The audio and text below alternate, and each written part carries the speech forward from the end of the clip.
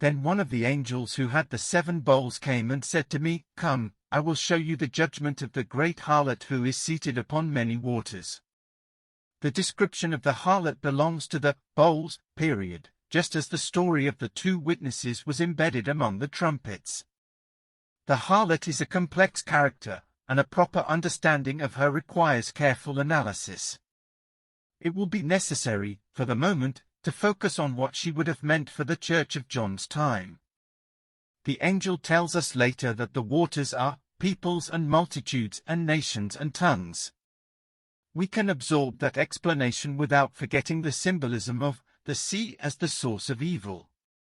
With the wine of whose fornication the dwellers on earth have become drunk. In prophetic symbolism, fornication is a metaphor of unfaithfulness, and getting drunk is a metaphor about vulnerability and unwitting self-preparation for judgment. I saw a woman sitting on a scarlet beast which was full of blasphemous names, and it had 7 heads and 10 horns. This is the beast from the sea. The translators rightly distinguish between the redness of the dragon and the scarlet of this verse, but the 2 colors are similar enough to demonstrate the connection. In the 5th chapter, John heard about a lion, and saw the same lion pictured as a lamb.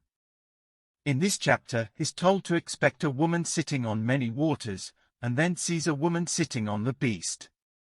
If these are equivalent seats, then the beast must also represent peoples and multitudes and nations and tongues.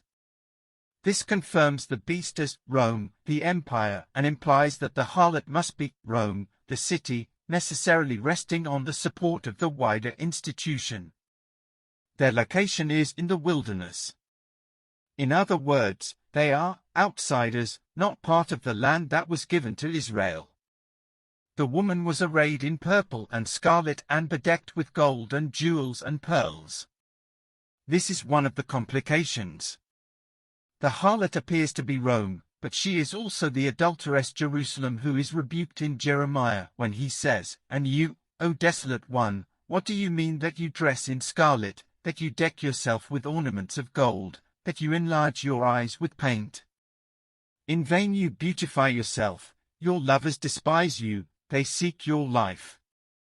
The Church of John's time would probably see the Jews as the unfaithful portion of God's people, because of their refusal to accept the authority of Christ. Perhaps we should say, the Jews of the city of Rome, looking for a way to reconcile the 2 interpretations. On her forehead was written a name of mystery, Babylon the Great, mother of harlots and of earth's abominations. Here is another complication. What was the significance of the word Babylon before the association with harlot became familiar?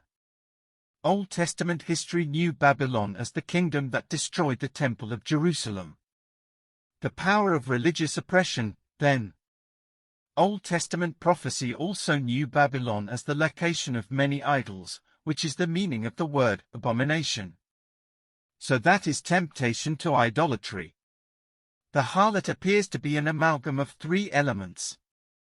These are unfaithfulness, represented by the Jews of Rome, religious oppression, represented by the political establishment of Rome, and the seductiveness of idolatry, represented by the religious establishment of Rome.